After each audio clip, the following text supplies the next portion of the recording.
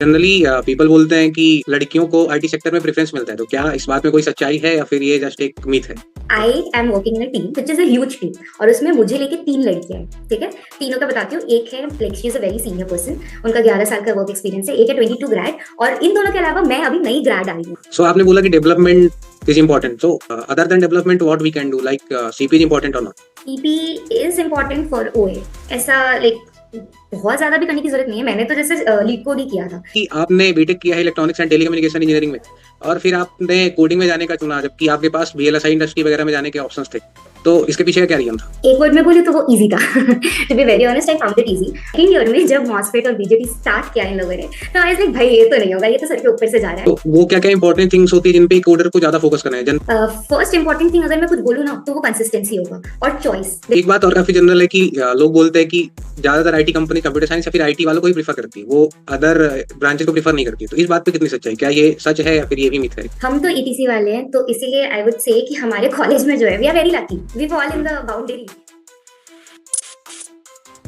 Okay, so hello everyone, myself Dibyanan Tripathi, and today we have Susmita Singh Didi with us. She has completed her BTech in Electronics and Telecommunication Engineering from IAEST Sipur, and currently she is working at Deuce Bank as a software developer engineer. So I welcome you Didi on Enlightened Blogger. हाय हाय। सो या you have already given my introduction, तो अब मैं क्या ही बोलूं। सो I am Sushmita. Okay, सो मेरा सबसे पहला question ये कि आपने बीटेक किया है इलेक्ट्रॉनिक्स एंड टेलीकम्युनिकेशन इंजीनियरिंग में और फिर आपने कोडिंग में जाने का चुना, जबकि आपके पास वीएलएसआई इंडस्ट्री वगैरह में जाने के ऑप्शंस थे, तो इसके पीछे का क्या रीजन था? एक वर्ड में बोलूं तो वो इजी था। To be very honest, I found it easy. But ऐसा होता है कि कोर वाले लोगों को इजी नहीं लगती है कोडिंग, एंड कोडिंग वालों को कोर इजी नहीं लगता है। मेरा सिंपल सा वही रीजन था कि मुझे क्लिक कर गया। सो मेरा एक्चुअली थोड़ा सा बैकग्राउंड दे देती हूँ मेरा। मैंने मतलब मैं आईसीएसई स्कूल से थी, तो मैंने बचपन से आई न्यू व्हाट कोडिंग वाज। हमें स्कूल में सिखाया गया था। तो 11th 12th में भी मेरा कोडिंग बैकग्राउंड था, मेरा सीएस सब्जेक्ट था। So I knew what coding was. तो फर्स्ट ईयर में आई स्टार्टेड एक्सप्लोरिंग। तो मुझे लगा कि ठीक है, दिस कैन बी डन। धीरे धीरे मैं आगे बढ़ती गई। और फिर सेकेंड ईयर में जब मॉसफेट और बीजेटी स्टार्ट किया इन लोगों ने, तो आई लाइक भाई ये तो नहीं होगा, ये तो सर के ऊपर से जा रहा है। तो फिर I switch to coding completely. तो मुझे समझ आ रहा था कोडिंग बेसिकली वही है। तो आपने अपनी कोडिंग की जर्नी सेकेंड ईयर में स्टार्ट की, तो इस आपकी इस जर्नी में आपको क्या क्या प्रॉब्लम्स फेस करनी पड़ी, क्या क्या दिक्कतें आई आपको बेसिकली? कैसी जर्नी रही लाइक आपकी अभी तक? सेकेंड ईयर में स्टार्ट नहीं की थी मैंने, फर्स्ट ईयर में एक्सप्लोर करना स्टार्ट कर दिया था। अच्छा। तो जैसे कि तुमको पता होगा, मैं 2020 में मैंने ज्वाइन किया था कॉलेज, हाँ। तो मैं हम्म। कोविड बैच था। Which is a boon and a curse both. तो ऐसा था कि 2020 में स्टार्ट किया, तो मतलब मैंने कोडिंग एक्सप्लोर किया different languages. I started with Java, C plus plus, ये सब मैं करती थी। बट कोई प्रॉपर डायरेक्शन में नहीं करती थी। I use to follow YouTube channels, कभी इसका देख लिया, कभी उसका देख लिया। तो ऐसे फर्स्ट ईयर चला मेरा। फर्स्ट ईयर में कोई प्रॉपर डायरेक्शन फॉलो नहीं की, बट ठीक है, थोड़ी बहुत कोडिंग कर लेती थी। और फर्स्ट ईयर में वो सब्जेक्ट भी था ना, इंट्रोडक्शन टू कंप्यूटिंग। तो हाँ। उसमें भी उसमें काफी अच्छे मार्क्स आ जाते थे क्योंकि मुझे कोडिंग आती थी। तो मुझे एक वो भी उधर से भी पुश मिला कि ठीक है, कोडिंग कर सकते हैं। और फर्स्ट ईयर में इतना इलेक्ट्रॉनिक्स के बारे में बताते नहीं, एक ही सब्जेक्ट था, बेसिक इलेक्ट्रिकल इंजीनियरिंग। हम्म। तो that was okay okay, physics ही था तो ज्यादा कुछ था नहीं। तो ठीक है, फर्स्ट ईयर में I was in two minds, electronics भी कर सकते हैं और कोडिंग भी कर सकते हैं। फिर मैं हम्म। सेकेंड ईयर में गई। सेकेंड ईयर में I got to know about internships, placements, और ये सब कैसे होता है, ये सब मुझे पता चला सीनियर्स के थ्रू। फिर यूट्यूब वीडियोस के थ्रू, ब्ला ब्ला ब्ला, मेनली यूट्यूब वीडियोस। सीनियर्स के थ्रू इसीलिए नहीं पता चला क्योंकि कोविड ऑनलाइन बैच। हम्म। तो एक सबसे खराब चीज ये थी कि मतलब जब स्टार्ट हुआ ऑनलाइन मोड, तो मैं थोड़ी बहुत ऐसे इंट्रोवर्टिस्ट चली गई थी। मतलब ऑफलाइन में if you meet me I be a completely different person, but online में मेरे से उतना कम्युनिकेशन हुआ नहीं। और शायद मैंने ट्राई भी नहीं किया क्योंकि कोविड चल रहा था। लाइक ठीक है, you can be lazy, procrastinate कर दिया हर चीज को। तो इसीलिए उतना सीनियर से इंटरेक्ट नहीं हो पाया फर्स्ट ईयर सेकेंड ईयर में भी। तो वही यूट्यूब वीडियोस के थ्रू पता चला कि क्या होता है, कैसे होता है, प्लेसमेंट्स कैसे होती है, इंटर्नशिप कैसे होती है। तब आई गॉट टू नो कि थर्ड ईयर की स्टार्टिंग में जब मेरा फिफ्थ सेमेस्टर स्टार्ट होगा, तब कंपनीज आएंगी इंटर्नशिप के लिए ले जाने के लिए लोगों को। फिर I was a bit tensed कि क्या करना है कैसे करना है, क्योंकि ज्यादा आइडिया था नहीं। तो फिर धीरे धीरे धीरे पता चला डीएसए क्या होता है, सीपी क्या होता है, फिर डेवलपमेंट क्या होता है, रेज्यूमे अच्छा बनाना पड़ता है, ये सब पता चला मुझे। तो फिर आई स्टार्टेड डूइंग इट। फिर सेकेंड ईयर में ही जब मैं यूट्यूब वीडियोस ही देख रही थी, तो ऐसा कोई फिक्स चैनल तो था नहीं। I use to follow Striver. Striver is like a god for me, ठीक है। तो मैंने उनकी बहुत सारी प्लेलिस्ट फॉलो की है। बट एक एक चीज वो था ना कि कोई प्रॉपर ऐसे बचपन से सिखाया गया एक सिलेबस होता है, उसको फॉलो करना होता है, ये कर लोगे तो ये होगा, ये कोर्स खत्म हो जाएगा। तो वैसा कुछ था नहीं, तो ऐसे कुछ स्ट्रक्चर मिला नहीं मुझे। तो फिर बहुत अर्ली सेकेंड ईयर के स्टार्ट स्टार्ट में 1-2 महीने में मुझे समझ आ गया कि नहीं, ये कुछ सही डायरेक्शन नहीं जा रहा है। तो फिर मैंने सोचा कि कोई कोर्स लेते हैं। तो फिर तब कोडिंग निंजास बहुत ज्यादा ऐसे बूम पे था।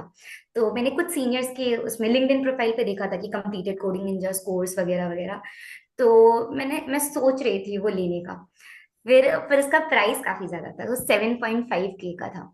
तो तब तो स्टूडेंट थे, घर पे थे, फीस पापा दे रहे हैं, तो ऐसे थोड़ा स्केप्टिकल थी मैं कि मैं लूं कि नहीं लूं, वर्थ इट होगा कि नहीं, इंटर्नशिप नहीं मिला तो मेरे 7,000 7,500 वेस्ट हो जाएंगे, ऐसा था। हम्म। तो तब ये एक इशू था। फिर मैं मेरे पापा से बात करनी थी। तो पापा वाज लाइक कि देखो, खुद के ऊपर if you are investing something, तुम खुद को अपस्किल कर रहे हो, तो आज नहीं तो कल वो पैसे आएंगे ही आएंगे तुम्हारे पास, ठीक है।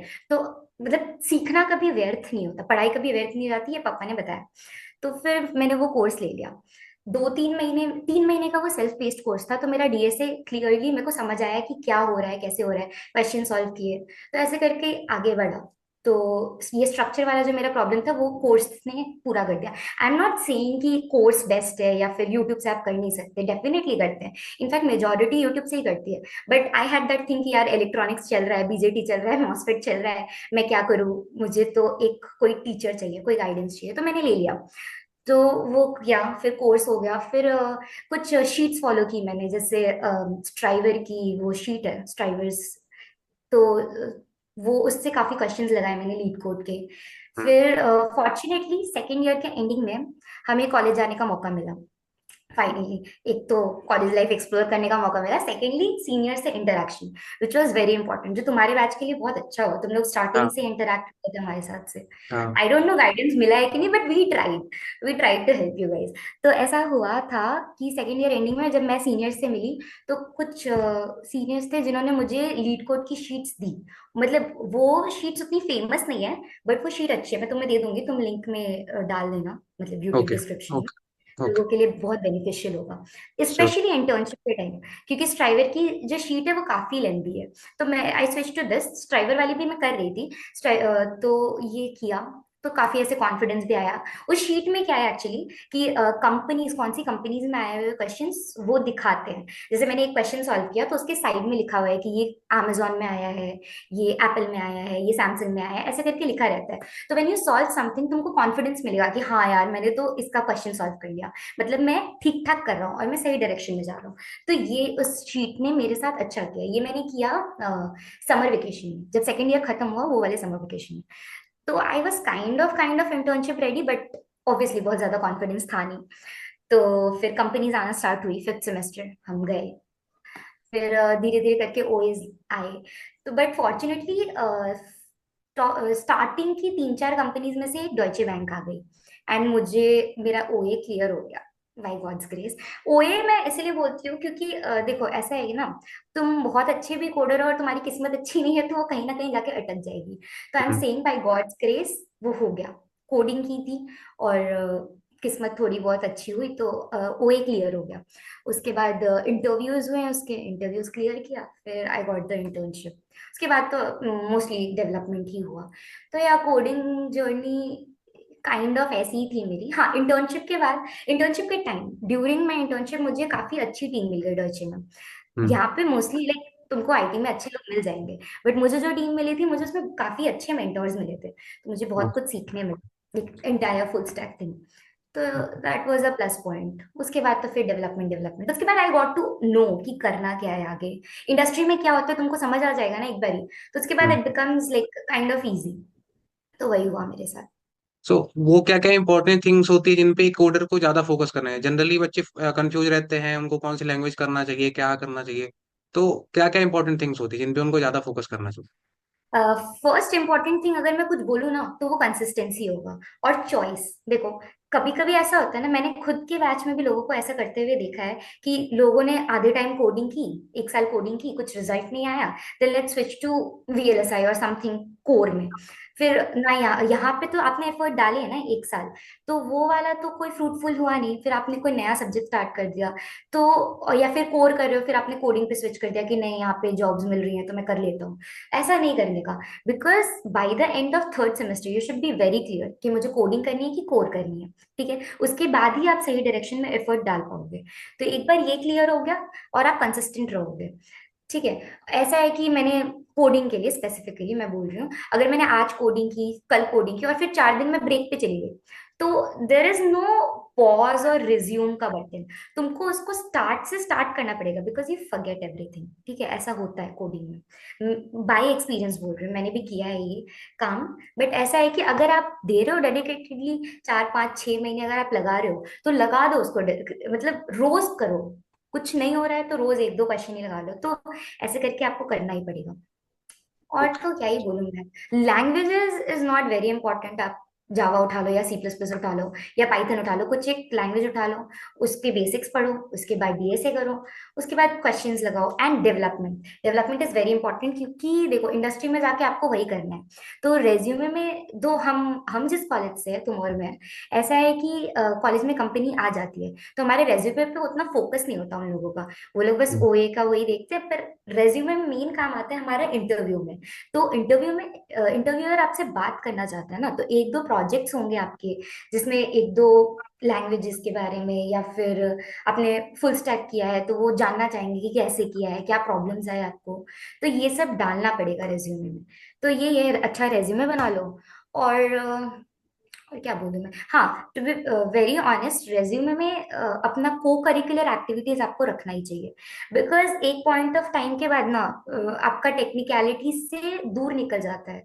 लाइक इंटरव्यूअर भी बोर हो जाता है, वो सुबह से इंटरव्यूज ही ले रहा है, क्वेश्चंस ही कर रहा है, डीएसए पूछ रहा है, पजल्स पूछ रहा है, प्रोजेक्ट्स पूछ रहा है। तो उसको भी रिफ्रेशमेंट चाहिए, तो वो कभी कभी आपके को करिकुलर एक्टिविटीज के बारे में भी पूछ लेता है। तो ओके। उसके बारे में भी, and if you are writing something you should be able to talk about it.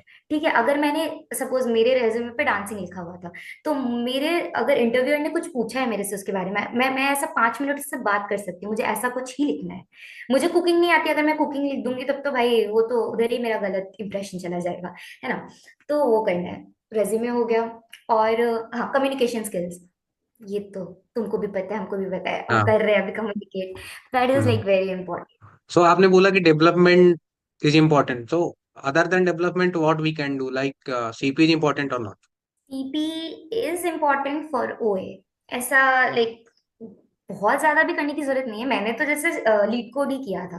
ठीक है, लीड कोड पे भी अगर तुमसे क्वेश्चंस बन रहे हो, तुम्हारी कंपनीज के क्वेश्चंस बन रहे हैं, जैसे हम गूगल के, अमेजोन के, इन सब के क्वेश्चन चुन चुन के लगाते थे, सो दैट, और नहीं भी हो रहा है तो हम उसके सोल्यूशंस देखते थे। तो ऐसे करके बनता है। बट या सीपी, अगर तुम कोड शेफ या कोड शेफ पे तो उतने अच्छे क्वेश्चंस नहीं होते, like I am very biased, but code forces पे क्वेश्चंस लगाना इज बेनिफिशियल। अगर तुम कर सकते हो तो तुम्हें करना चाहिए। तुम्हारे पास टाइम है, like second year starting starting में ही लगाना स्टार्ट कर दो, तो काफी अच्छा बिल्डअप हो जाएगा। तो सीपी कर सकते हो। नॉट नॉट क्या बोलते हैं उसको, नेसेसिटी नहीं है, बट करो तो अच्छा है।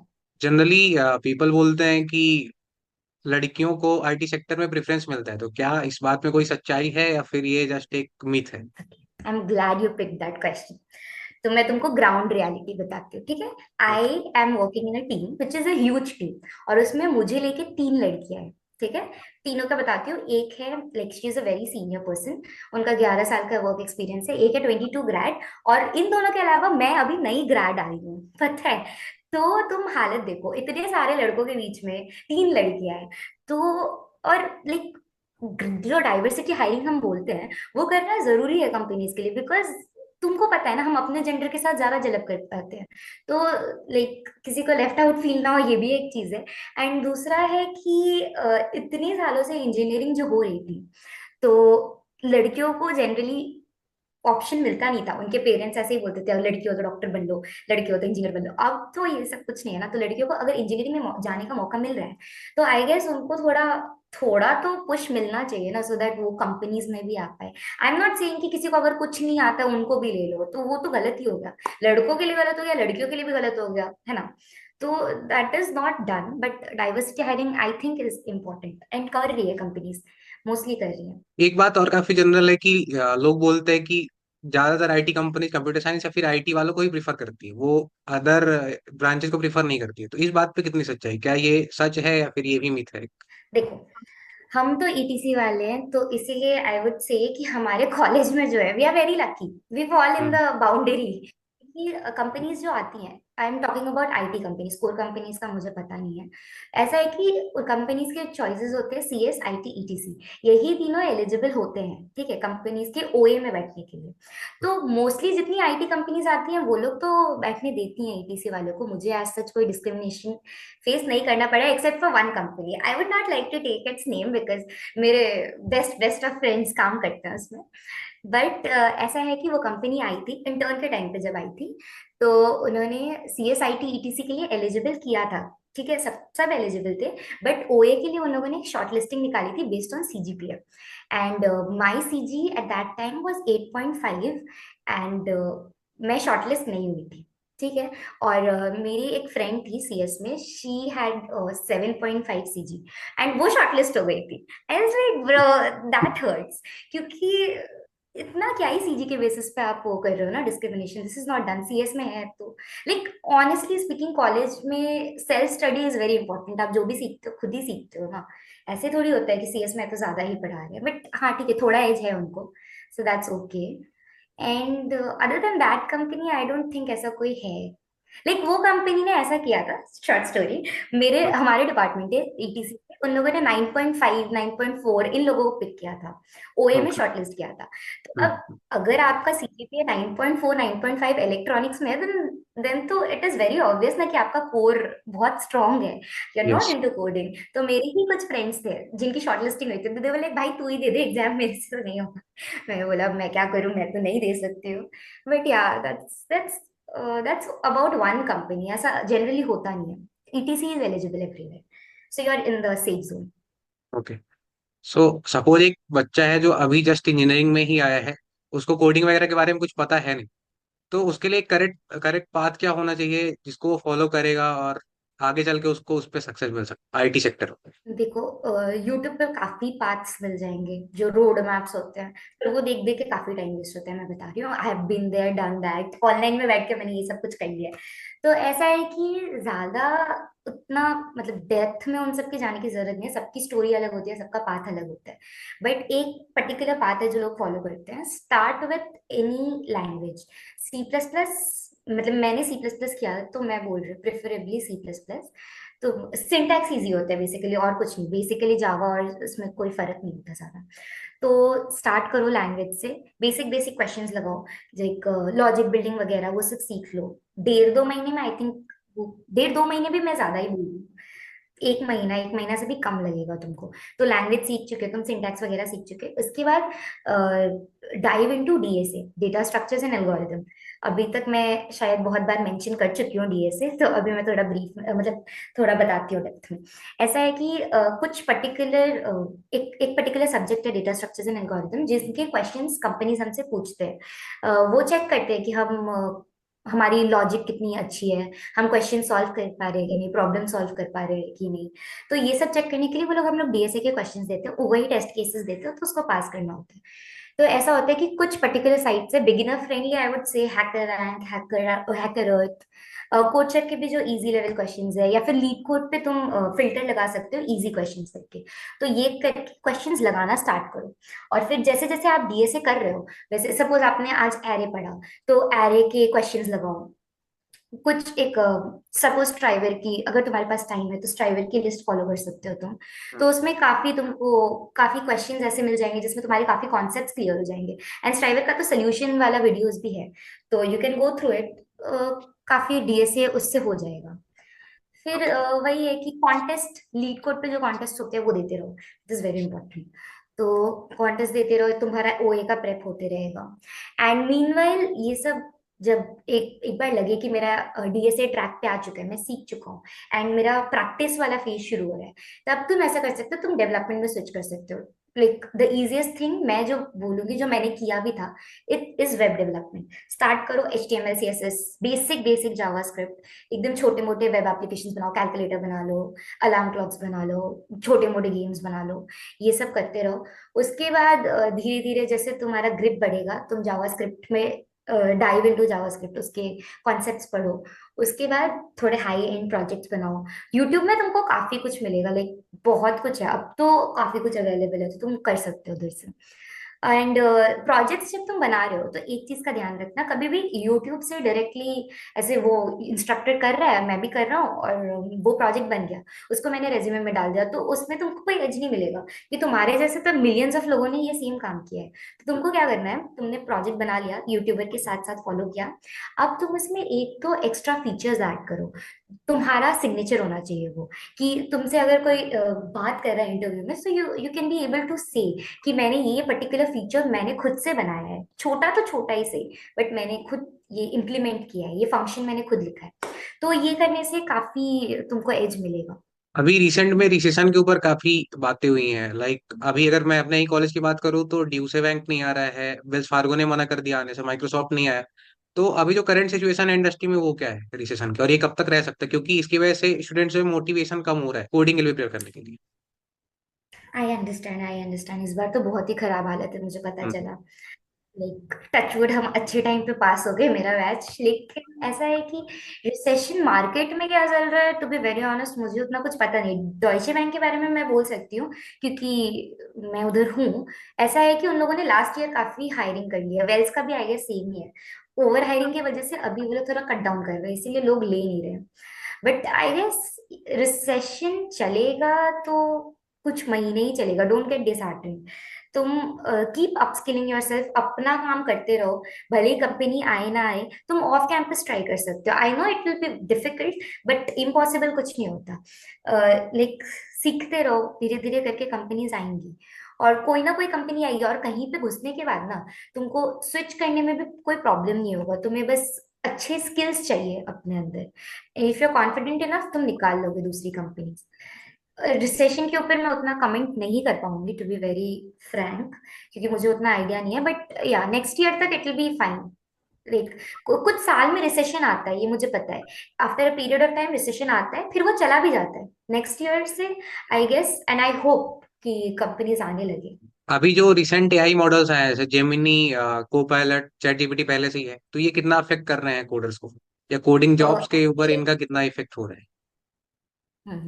एट माई लेवल मैं बोलूंगी कि कोई कोई ऐसा कुछ इफेक्ट नहीं है। ऐसा नहीं है कि जेमिनी आ गया, चैट जीपीटी आ गया, मेरा काम चला गया, ऐसा कुछ नहीं होगा।